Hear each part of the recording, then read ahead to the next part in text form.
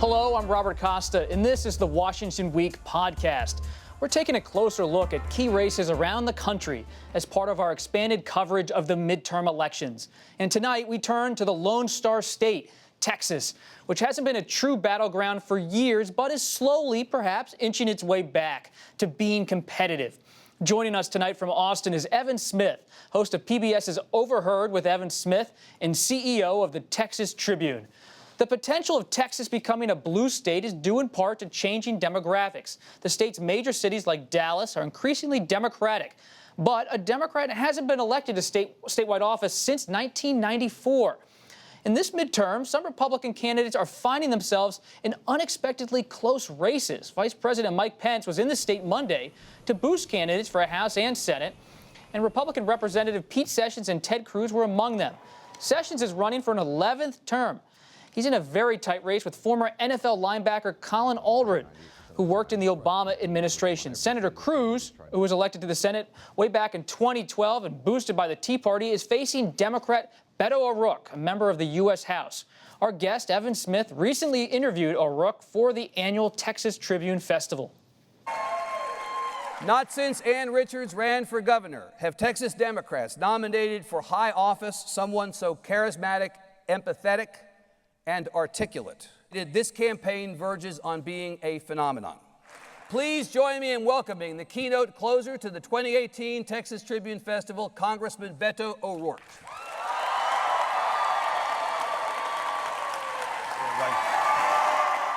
What's going on here?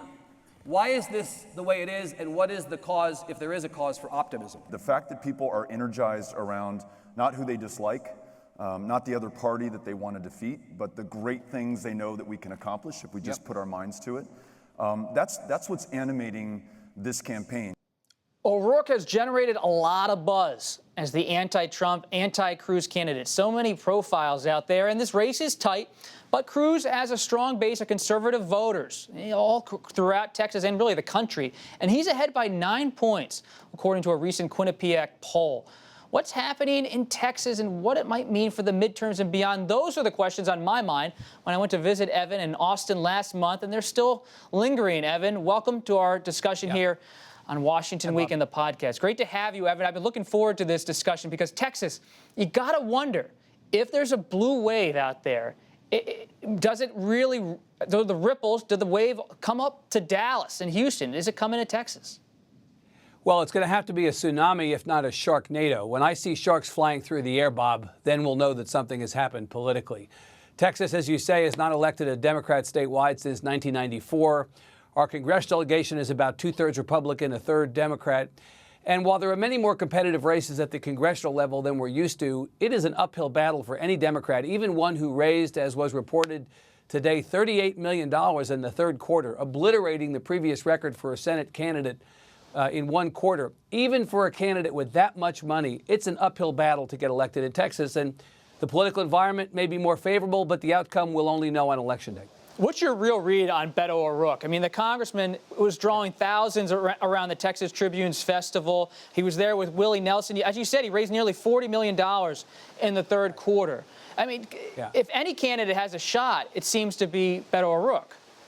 Well, he's drawing amazing crowds, not just at our festival or at that rally with Willie Nelson, where there were 55,000 people along Town Lake in Austin who turned out for him. But if you go to red counties around the state of Texas, it's like the Beatles landing at JFK, old people fainting, young girls screaming. I mean, it's a viral phenomenon, the likes of which we've not really seen since, as I said, Ann Richards. But the reality is, as articulate and as charismatic and as empathetic as he comes across, as energetic as he is, he's got to not only turn out many more Democrats than typically turn out in a midterm election, he has to hope that the political environment keeps some Republicans home. With all the talk of a blue wave in the primary and all the talk of how Democrats were marshaling their forces to turn out, by primary day in March, Bob, Republicans had still turned out 500,000 more voters than Democrats. So while the enthusiasm may be there, I do believe the answer is the oldest cliche in the world. It's all down to turnout. Tell me who turns out, and I'll be able to tell you if he has a chance to win. I do think the polls that we've seen, which show this to be a mid-single digit to mid-high single digit race, are probably right. Typically, someone like Ted Cruz would win a race like this by double that margin. But you know what you call a Republican who wins by only single digits? Senator.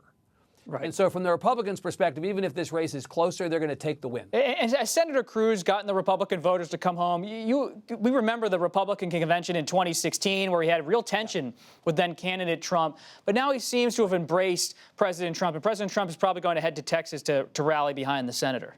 Well, he's promised to hold a rally for Senator Cruz in the largest arena he could find, he tweeted, which is certainly going to be a football stadium. It may even be a high school football stadium if the Cowboy Stadium is occupied.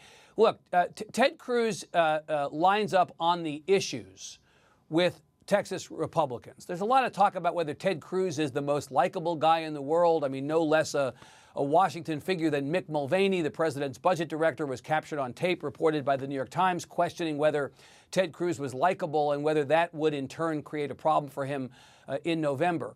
If you believe that this election is Senator Snark versus Congressman Charisma, as the Democrats would like you to believe this election is, then that might be one conversation. But what Ted Cruz has going on for him really are the issues, immigration, the economy, things that line up with traditional Republicans. So even those Republicans who may not be super enamored of Ted Cruz personally, they like him from a substantive standpoint. And in the end, it's going to be issues that drive this race in all likelihood. So if Cruz wins, perhaps, and the Democrats can't win statewide, final thing, Evan, could the Democrats have some pickups in the House races?